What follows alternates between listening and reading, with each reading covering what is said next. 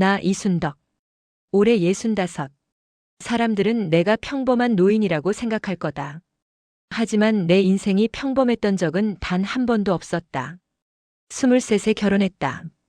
시어머니는 매일 아침 내 방문을 열고 이불을 확인했다. 며느리가 게으르면 집안이 망한다. 하는 게 그분의 지론이었다. 나는 새벽 5시에 일어나 밥을 짓고 6시에 시아버지 아침상을 차렸다. 설거지를 하다 보면 손톱 밑이 터져 피가 났지만 누구도 그걸 신경 쓰지 않았다. 남편은 착했다. 하지만 착한 것과 편을 들어주는 건 달랐다. 시어머니가 내 귀를 잡아 끌며 소리를 질러도 남편은 그저 어머니 성격이 원래 그래. 라고만 했다. 아들 민재를 낳고 나서야 조금 숨통이 트였다. 하지만 생활비는 늘 부족했다. 남편의 월급으로는 세 식구가 살기에도 빠듯했는데 시어머니는 매달 생활비를 가져가셨다. 나는 결국 일을 시작했다. 동네 식당, 공장, 청소일. 가리지 않았다. 35대 마침내 초등학교 급식실 일자리를 얻었다. 계약직이었지만 그래도 안정적이었다. 매일 새벽 5시 반에 출근해서 오후 3시에 퇴근했다. 집에 오면 시어머니 수발을 들고 저녁을 차리고 민재 숙제를 봐주고 밤 12시가 넘어서야 잠들 수 있었다. 그렇게 20년을 살았다. 시어머니가 돌아가신 날 나는 울지 않았다. 장례식장에서 사람들은 내가 냉정하다고 수군댔다. 하지만 어쩔 수 없었다. 눈물이 나오지 않았다. 그분을 미워한 건 아니었다. 그저 더 이상 아무것도 느껴지지 않았다. 민재는 좋은 대학에 갔고 대기업에 취직했다. 나는 자랑스러웠다. 내가 밤낮으로 일한 보람이 있다고 생각했다. 민재가 결혼한다고 했을 때 나는 기뻤다. 이제 내 역할도 끝났구나 싶었다. 그런데 남편이 쓰러졌다. 뇌출혈이었다. 병원에서 석 달을 보내고 남편은 세상을 떠났다. 55세 나는 갑자기 혼자가 됐다. 장례식에서 민재는 울었다. 하지만 장례가 끝나자 바로 서울로 올라갔다. 엄마, 회사 때문에 어쩔 수 없어. 나는 고개를 끄덕였다. 당연했다. 젊은 사람은 바쁜 법이니까. 그 뒤로 10년. 나는 혼자 사는 법을 배웠다. 아침에 일어나 시장에 가고 혼자 밥을 먹고 라디오를 들었다. 처음엔 적막했다.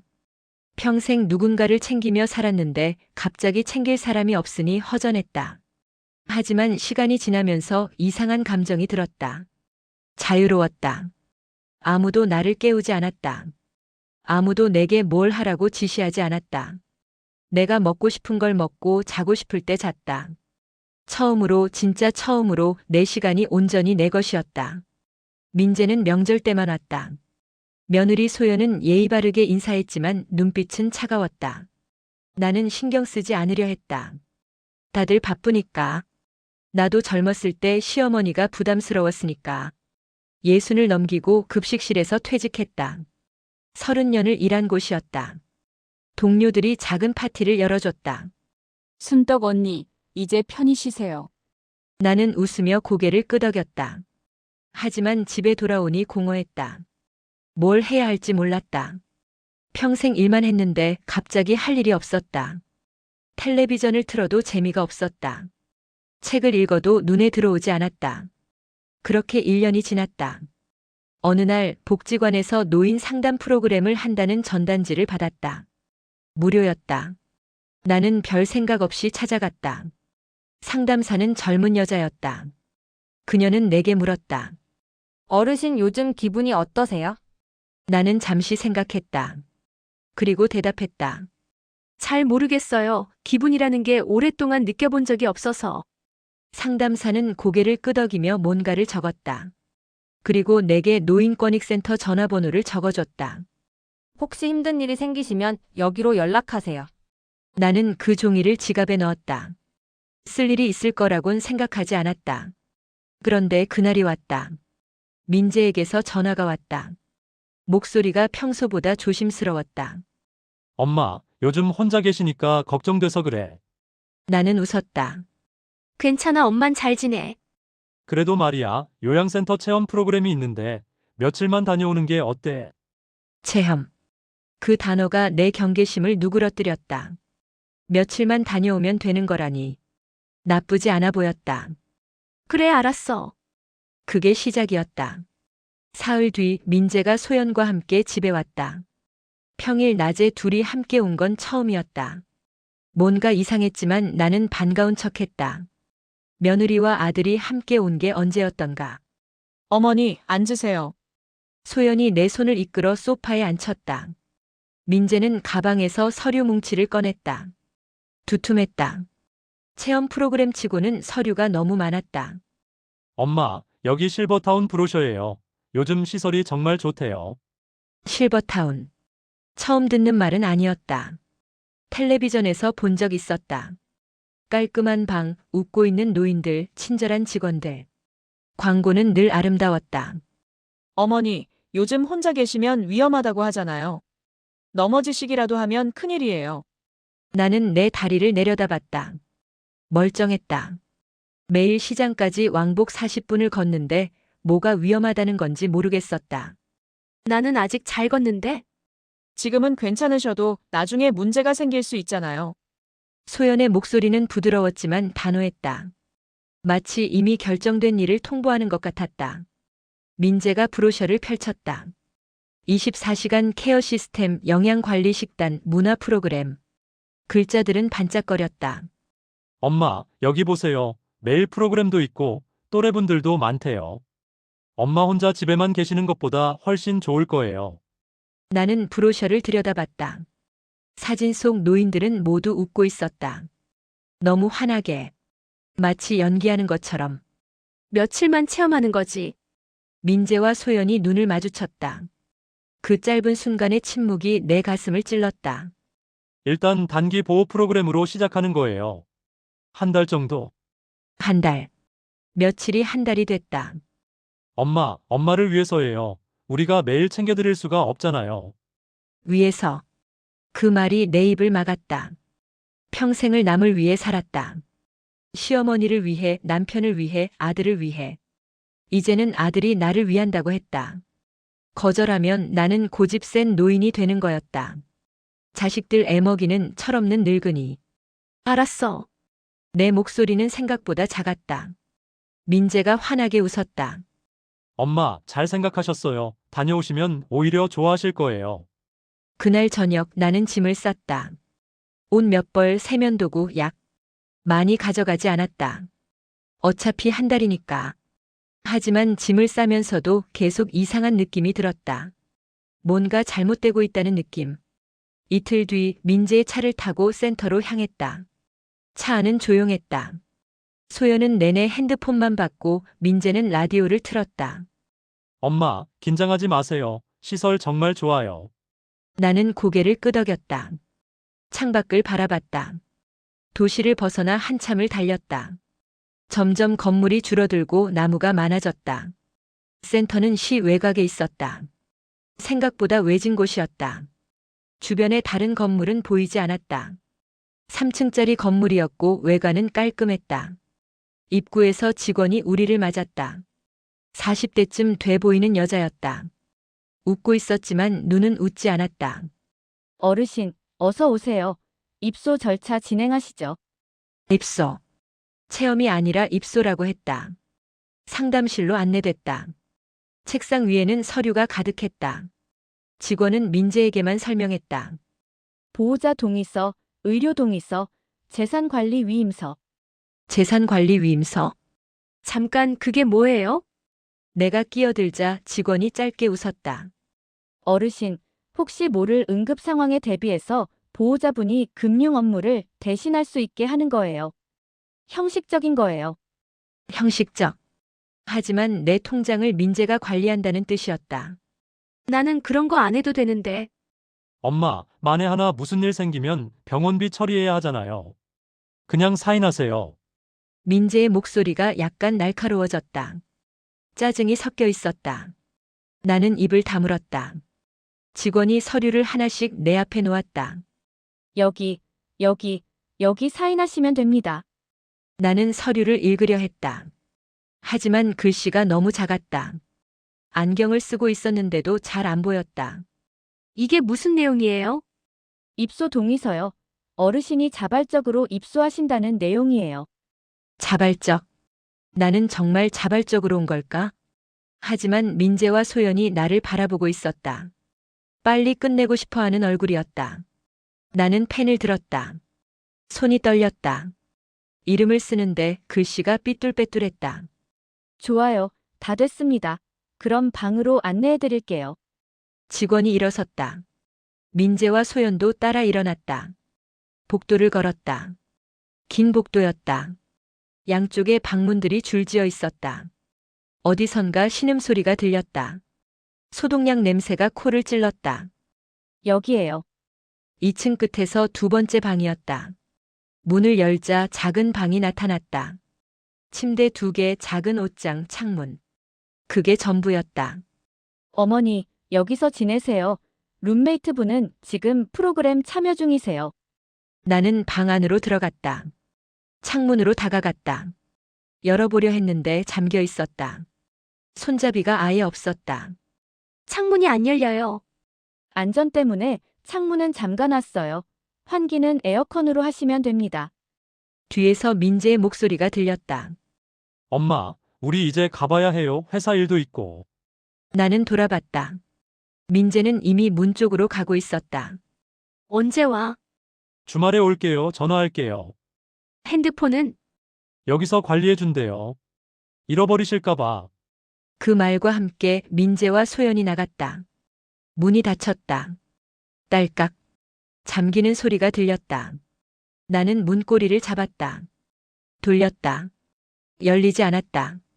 밖에서 잠근 것이었다. 그 순간 깨달았다. 나는 체험하러 온 게 아니었다. 갇힌 것이었다. 첫날 밤 나는 침대에 누워 천장만 바라봤다. 불을 끄고 싶었지만 스위치가 어디 있는지 몰랐다. 찾으려고 벽을 더듬었지만 없었다. 나중에 알았다. 불은 밖에서 통제했다. 정해진 시간에 켜지고 정해진 시간에 꺼졌다. 밤 10시 불이 꺼졌다. 복도에서 발소리가 들렸다. 누군가 빠르게 걷는 소리, 문 여닫는 소리, 그리고 어디선가 흐느끼는 소리가 들렸다. 여자였다. 나이 든 여자의 울음소리는 깊고 쉬었다. 새벽에 룸메이트가 들어왔다. 문이 열리는 소리에 잠이 깼다. 희미한 복도 불빛으로 실루엣이 보였다. 허리가 굽은 할머니였다. 직원이 그녀를 침대에 눕히고 나갔다. 다시 문이 잠겼다. 할머니, 내가 조심스럽게 불렀다. 대답이 없었다. 가까이 다가가니 할머니는 깊이 잠들어 있었다. 아니, 약에 취한 것 같았다.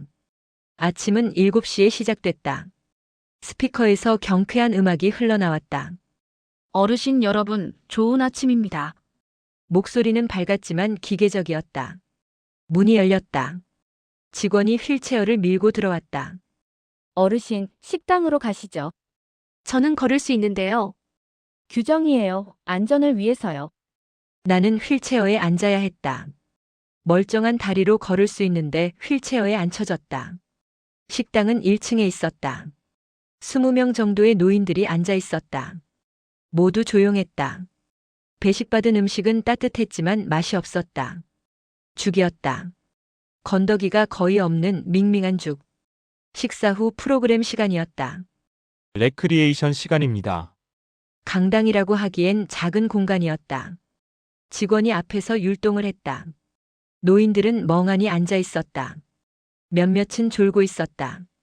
직원은 혼자 율동을 하다가 한숨을 쉬고는 음악을 껐다. 그게 프로그램의 전부였다. 방으로 돌아왔다. 룸메이트 할머니가 깨어 있었다. 침대에 앉아 창밖을 바라보고 있었다. 안녕하세요. 내가 인사했다. 할머니가 천천히 고개를 돌렸다. 눈이 흐렸다. 여기 처음이에요? 네, 어제 왔어요. 할머니가 쓴웃음을 지었다. 그럼 아직 모르시는구나. 뭐리요? 여기가 어떤 곳인지. 할머니는 다시 창밖을 바라봤다. 한참을 말이 없다가 조용히 말했다. 여기 스스로 들어온 사람 거의 없어요. 가슴이 철렁했다. 무슨 말씀이세요? 다들 가족이 데려다 놓은 거예요. 체험, 단기 보호, 그런 말로 속여서 그러고는 안 데려가요. 그럴 리가요, 제 아들은. 당신 아들도 그럴 거예요. 할머니의 목소리는 담담했다. 나도 처음엔 그랬어요. 우리 딸이 그럴 리 없다고 효녀인데 나를 사랑하는데. 근데 석 달째 안 와요. 나는 아무 말도 할 수 없었다. 전화는요? 전화? 할머니가 웃었다. 핸드폰 빼앗겼잖아요. 공중전화 있긴 한데 직원 허락 받아야 해요. 그것도 보호자 동의 있어야 한대요. 머리가 하얘졌다. 그럼 어떻게? 그냥 기다리는 거죠. 언젠간 데리러 오겠거니. 근데 안 와요. 그날 오후 나는 직원에게 물었다. 전화 좀 하고 싶은데요. 누구한테요? 아들한테요. 아드님이 먼저 연락하시기로 했잖아요. 기다리세요. 제가 먼저 하면 안 돼요? 직원이 난처한 표정을 지었다. 어르신, 규정이에요. 보호자가 먼저 연락하셔야 해요. 어르신들이 자꾸 전화하시면 보호자분들이 부담스러워 하세요. 부담. 내가 아들에게 부담이었다. 그럼 제 핸드폰은요? 보관 중이에요. 퇴소하실 때 돌려드려요. 퇴소. 언제가 될지도 모르는. 그날 저녁 복도를 걷다가 사무실 근처를 지나게 됐다. 문이 반쯤 열려 있었다. 안에서 직원들의 목소리가 들렸다. 206호 어르신 보호자한테 연락 왔어요? 아니, 2달째 연락 없음 요양비만 정기 이체되고 있어. 309호는 어때? 아들이 간병 스트레스 너무 심했대요. 그래서 여기 맡긴 거래요. 부담. 간병 스트레스. 차라리. 그 단어들이 귓속으로 파고들었다. 나는 벽에 등을 기댔다. 민재도 그런 걸까? 밤이 됐다. 침대에 누웠다. 눈을 감았지만 잠이 오지 않았다. 민재 얼굴이 떠올랐다. 어렸을 때 민재. 초등학교 입학식 날 대학 합격했을 때. 그 모든 순간에 내가 있었다. 그런데 이제 나는 부담이 됐다. 처음으로, 진짜 처음으로 두려웠다. 이대로 여기서 늙어가는 건 아닐까? 아무도 찾아오지 않는 방에서 천천히 잊혀지는 건 아닐까? 불이 꺼졌다. 어둠 속에서 할머니의 목소리가 들렸다. 울어도 돼요. 여긴 다들 울어요. 하지만 나는 울지 않았다. 울기엔 아직 포기할 수 없었다. 사흘째 되던 날 민재에게서 전화가 왔다. 직원이 나를 사무실로 불렀다. 어르신, 아드님 전화예요. 스피커폰이었다. 옆에서 직원이 듣고 있었다. 엄마, 잘 지내? 민재의 목소리는 밝았다. 너무 밝았다. 응, 그런데 민재야. 엄마 언제 집에 가? 엄마, 거기 좋잖아요. 조금만 더 계세요. 며칠만 있는 거 아니었어? 상태 봐서 결정하기로 했잖아요. 나는 직원을 쳐다봤다. 직원이 손가락을 입에 갖다 댔다. 조용히 하라는 신호였다. 민재야, 엄마는. 엄마, 저 바빠요. 나중에 다시 전화할게요. 전화가 끊겼다. 30초도 안 됐다. 나는 멍하니 수화기를 바라봤다. 어르신, 아드님 바쁘시네요. 괜찮아요. 적응하시면 좋아지실 거예요. 적응. 나는 이곳에 적응해야 하는 걸까? 방으로 돌아가는 길 복도에서 한 할아버지를 마주쳤다. 팔에 멍이 들어 있었다. 할아버지, 어디 다치셨어요? 할아버지가 주위를 둘러보더니 낮은 목소리로 말했다. 나가려고 했어. 문 열려고 그랬더니 직원들이 진정제 놨어. 진정제요? 말 안 들으면 맞아. 여기 그래. 할아버지는 빠르게 지나갔다. 무서워하는 것 같았다. 그날 밤 나는 결심했다. 여기서 나가야 한다. 스스로. 다음 날 아침 식사 시간에 주변을 살폈다. 출입구는 1층 현관 하나뿐이었다. 직원이 항상 지키고 있었다. 카드키로만 열렸다.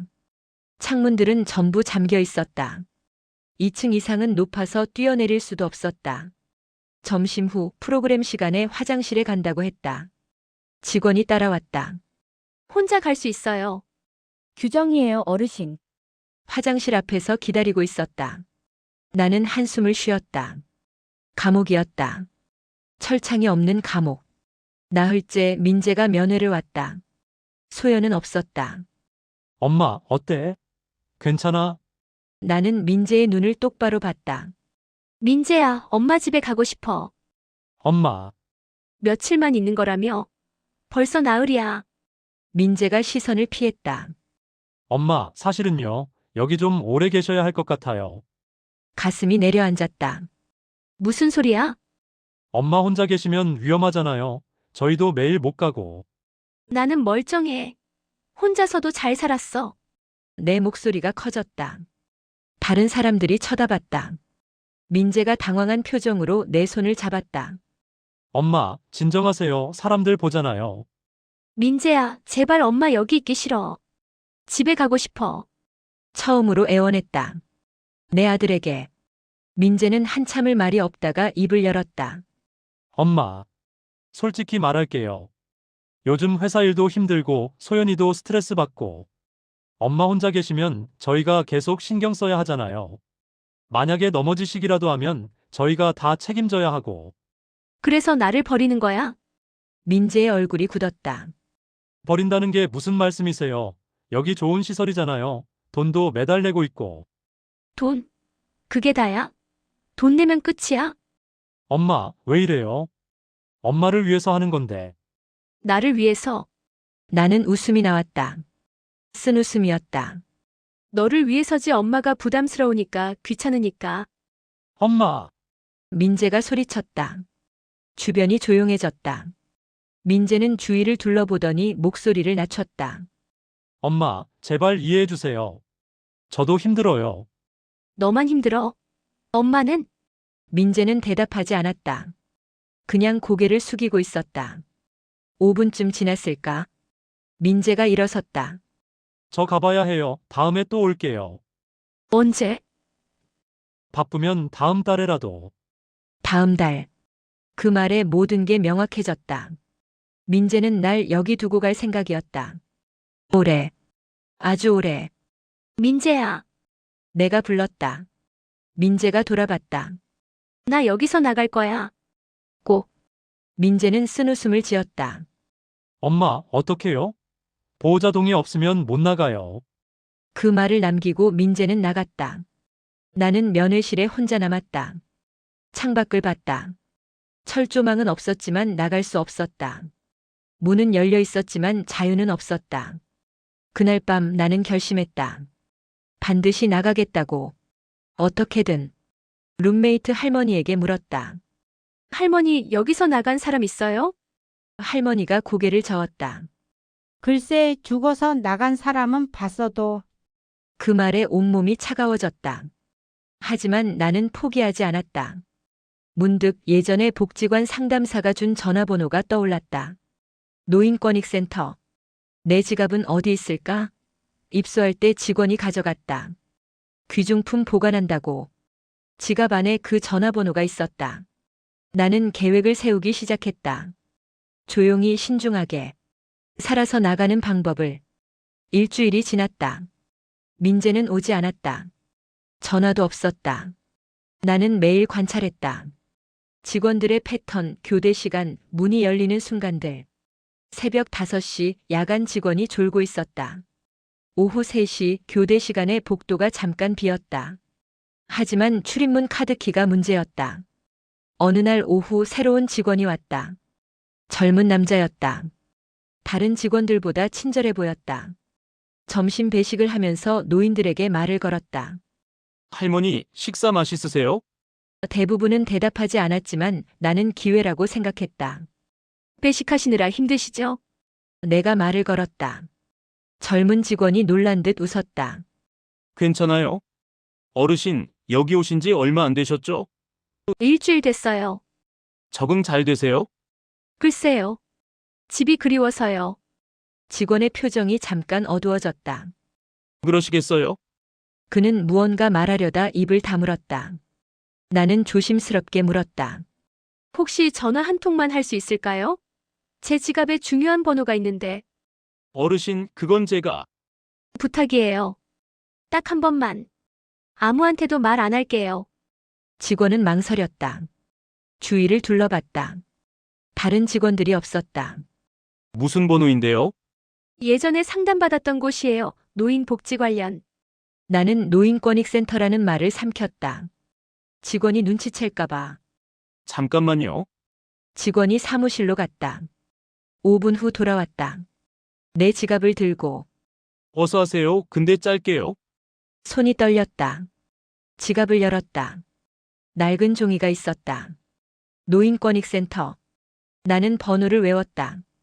직원이 사무실 전화기를 건넸다. 신호음이 울렸다.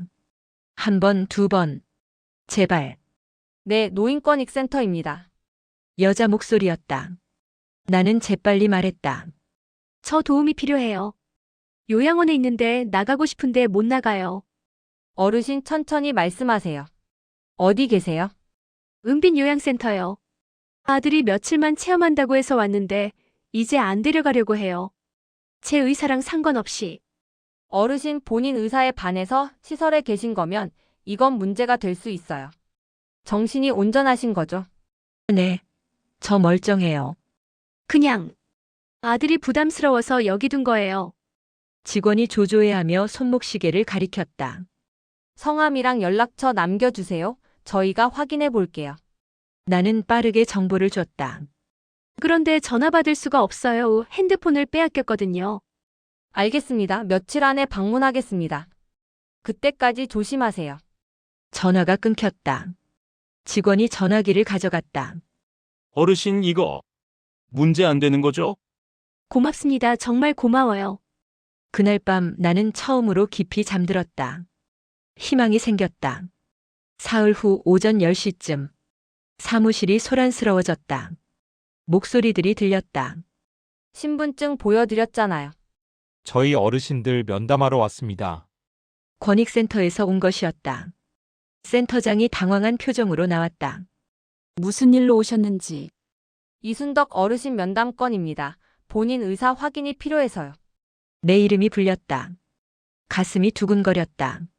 직원이 날 데리러 왔다. 어르신, 손님 오셨어요. 면담실로 안내됐다. 2명이 있었다. 한 명은 중년 여자, 한 명은 젊은 남자. 공무원처럼 보였다. 이순덕 어르신이시죠? 네. 저희는 노인권익센터에서 나왔습니다. 어르신께서 전화 주셨다고 해서요. 센터장이 옆에서 끼어들었다. 저희 어르신은 자발적으로 입수하셨는데 그건 저희가 확인할 사항입니다. 상담사가 단호하게 말했다. 그리고 나에게 물었다. 어르신 여기 계시는 게 본인 의사가 맞으신가요? 나는 똑똑히 말했다. 아니요, 나는 집에 가고 싶어요. 아들이 며칠만 체험한다고 해서 왔는데 이제 안 데려가요. 나는 여기 있기 싫어요. 입소 당시 설명 제대로 들으셨나요? 아니요. 서류가 너무 많았고 다들 빨리 끝내고 싶어 했어요. 뭐가 뭔지도 모르고 사인했어요. 상담사가 고개를 끄덕이며 기록했다. 전화는 자유롭게 하실 수 있나요? 아니요, 핸드폰 빼앗겼고 여기 전화는 직원 허락 받아야 해요. 외출은요?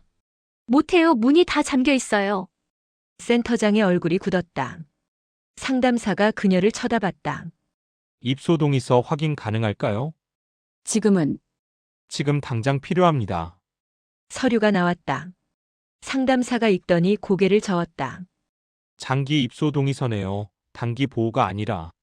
보호자분이 장기로 신청하셨는데 어르신은 단기라고 들으셨다고 하는데요. 침묵이 흘렀다. 상담사가 나를 봤다. 어르신 나가시고 싶으시죠? 내 당장이라도. 알겠습니다. 정신 능력에 문제가 없으신 분을 본인 의사에 반해 시설에 두는 건 위법 소지가 큽니다. 보호자분께 연락하겠습니다. 저희 어르신 안전 문제가 그건 보호자와 어르신이 결정할 문제입니다. 시설이 강제할 순 없어요. 그날 오후 민재에게 연락이 갔다. 저녁 무렵 민재가 달려왔다. 얼굴이 붉어 있었다. 화가 난 것이었다. 엄마, 무슨 짓을 하신 거예요? 나는 침착하게 대답했다. 내가 나가고 싶다고 했잖아. 넌 안 들어줬고. 엄마 혼자 있으면 위험하다니까요. 그건 내 생각이야. 내 생각은 달라. 상담사가 끼어들었다. 보호자님, 어르신께서 명확히 거부 의사를 밝히셨습니다. 퇴소 절차 진행하셔야 합니다. 민재는 아무 말도 못했다. 다음 날 나는 짐을 쌌다. 많지 않았다. 왔을 때보다 더 가벼웠다. 센터를 나서는 순간 햇빛이 눈부셨다. 일주일 만에 바깥 공기였다. 자유였다. 집 현관문을 열었다. 일주일 만이었지만 1년처럼 느껴졌다. 먼지가 쌓여 있었다. 공기가 탁했다. 하지만 내 집이었다. 내가 선택할 수 있는 공간이었다. 민재는 나를 집 앞까지만 데려다 주고 갔다. 한마디도 하지 않았다. 화가 나 있었다. 차에서 내릴 때 내가 말했다. 민재야. 민재는 고개도 돌리지 않았다. 조심히 들어가세요. 그게 전부였다. 차는 빠르게 떠났다. 나는 현관에 한참을 서 있었다. 아들의 차가 사라진 길을 바라봤다. 가슴이 텅 비는 것 같았다. 하지만 후회는 없었다. 집안을 둘러봤다. 모든 게 그대로였다. 부엌 식탁, 낡은 소파, 라디오. 하지만 뭔가 달랐다. 나 자신이 달라진 것이었다. 일주일 전에 나는 순한 노인이었다. 아들이 시키는 대로, 며느리가 원하는 대로 따라가는. 하지만 지금은 아니었다. 저녁을 차렸다. 혼자였지만 그게 자연스러웠다. 라디오를 틀었다. 익숙한 음악이 흘러나왔다. 따뜻한 밥, 된장찌개, 김치. 간단했지만 맛있었다. 센터의 밍밍한 죽과는 달랐다. 밤에 잠자리에 누웠다. 불을 끌 수 있었다. 창문을 열 수 있었다. 바람이 들어왔다. 자유로웠다. 다음 날 아침 시장에 갔다. 사람들이 반겼다.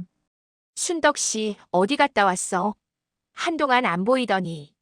응, 좀 볼 일이 있었어. 생선을 샀다. 채소를 샀다. 무거웠지만 내가 고른 것들이었다. 집으로 돌아와 냉장고에 넣었다. 작은 일이었지만 의미가 있었다. 며칠이 지났다. 민재는 연락하지 않았다. 나도 하지 않았다. 서로 시간이 필요했다. 일주일쯤 지났을 때 동네 복지관에서 전화가 왔다. 어르신 노인 인권 강좌 열리는데 참여하실래요? 나는 망설임 없이 대답했다.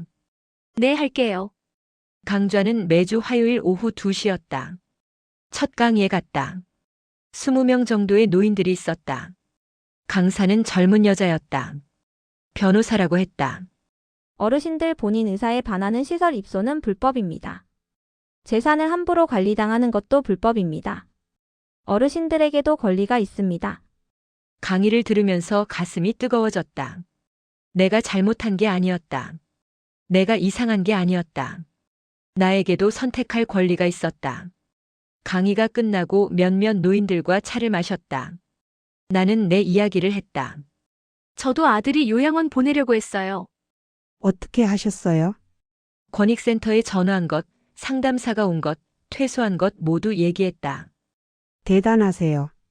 전 무서워서 못하겠어요. 무서울 거 없어요. 우리도 사람이에요.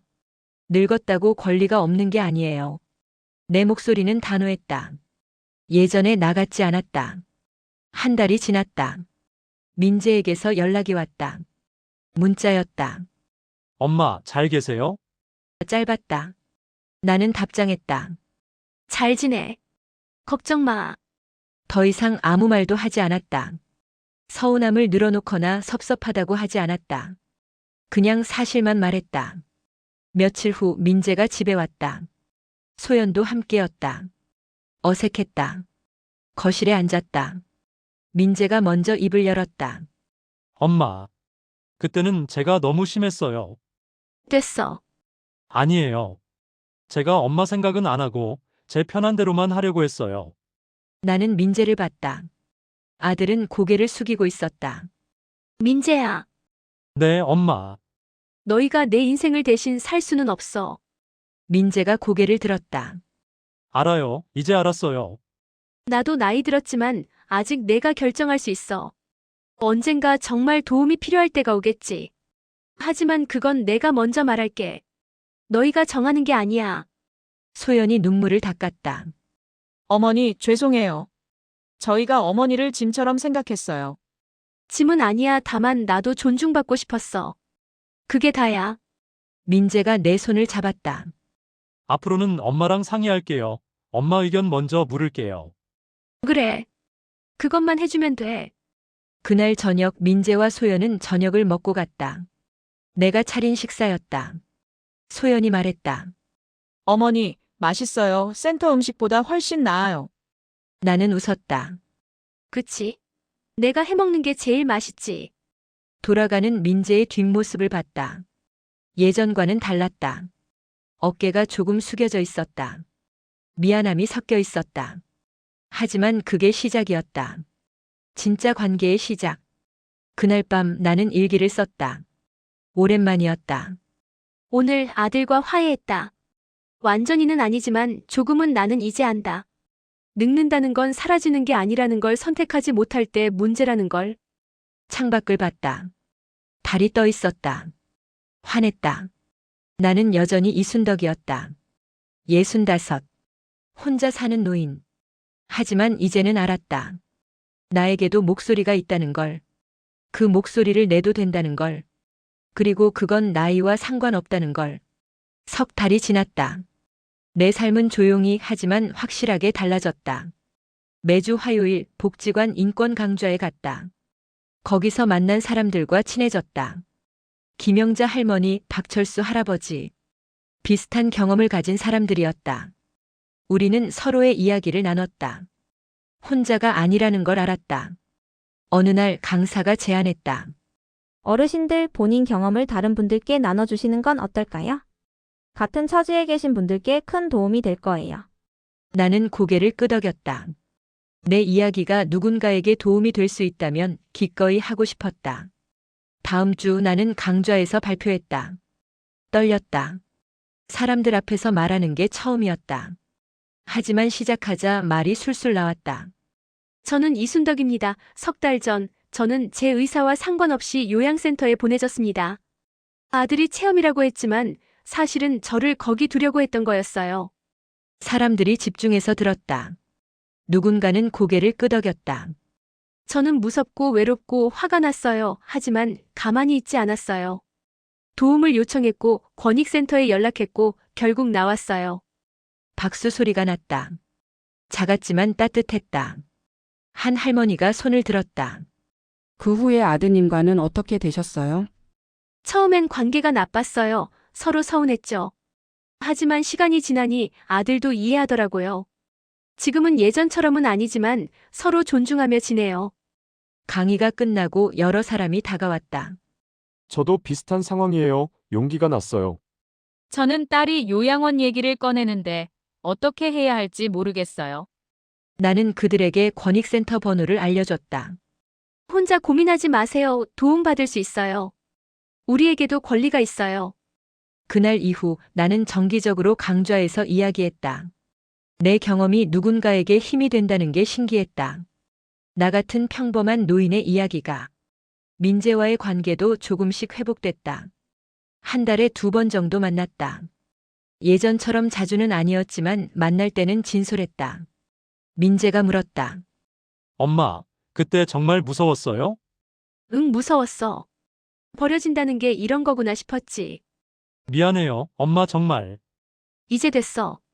중요한 건 우리가 배웠다는 거야. 너는 부모를 함부로 대하면 안 된다는 걸, 나는 내 목소리를 내도 된다는 걸. 소연도 변했다. 명절에 와서 음식을 같이 만들었다. 어머니, 이거 어떻게 하는 거예요? 이렇게 하는 거야. 예전엔 형식적이었다면 이젠 진심이 느껴졌다. 어느 날 아침 라디오를 들으며 커피를 마셨다. 창밖으로 햇살이 들어왔다. 평범한 아침이었다. 하지만 이제는 이 평범함이 얼마나 소중한지 알았다. 혼자 결정하고 혼자 움직이고 혼자 선택하는 것. 그게 자유였다. 복지관에서 새로운 프로그램이 시작됐다. 노인 인권 옹호 자원봉사. 비슷한 처지의 노인들을 돕는 일이었다. 나는 신청했다. 순덕 씨 본인도 힘드셨을 텐데 남도 오시려고요? 담당자가 물었다. 힘들었으니까요. 그 마음 아니까. 돕고 싶어요. 일주일에 한 번 나는 상담 전화를 받았다. 대부분 비슷한 이야기였다. 가족이 요양원을 보내려 한다. 재산을 관리하겠다고 한다. 혼자 두면 위험하다고 한다. 나는 그들에게 말했다. 어르신, 당신에게도 선택할 권리가 있어요. 나이 들었다고 그 권리가 없어지는 게 아니에요. 어떤 이는 울었다. 그렇게 말해주는 사람이 없었어요. 어떤 이는 화를 냈다. 자식이 이럴 수가 있어요. 나는 다 이해했다. 나도 그랬으니까. 겨울이 왔다. 첫눈이 내렸다. 창밖을 보며 생각했다. 1년 전 이맘때 나는 그저 하루하루를 살았다. 아무 생각 없이, 아무 목소리 없이. 하지만 지금은 달랐다. 나는 내 삶의 주인이었다. 나이가 들었어도 혼자여도 약해 보여도 나는 여전히 나였다. 휴대폰이 울렸다. 민재였다. 엄마, 주말에 갈게요. 손주도 데리고 갈게요. 그래, 기다릴게. 손주. 5살 민준이. 요즘 자주 데리고 왔다. 아이는 내게 달려와 안겼다. 할머니, 그 작은 목소리가 내 가슴을 따뜻하게 했다. 아이에게도 보여주고 싶었다. 할머니가 어떻게 사는지, 나이 들어도 당당할 수 있다는 걸, 존중받아야 한다는 걸. 저녁이 됐다. 라디오를 틀었다. 익숙한 음악이 흘렀다. 나는 부엌에 섰다. 저녁을 준비했다. 내일 먹을 반찬도 만들었다. 거울을 봤다. 주름진 얼굴, 흰 머리, 늙었다. 하지만 눈빛은 예전과 달랐다. 더 또렷했다. 더 살아있었다. 밤이 깊었다. 침대에 누워 일기를 썼다.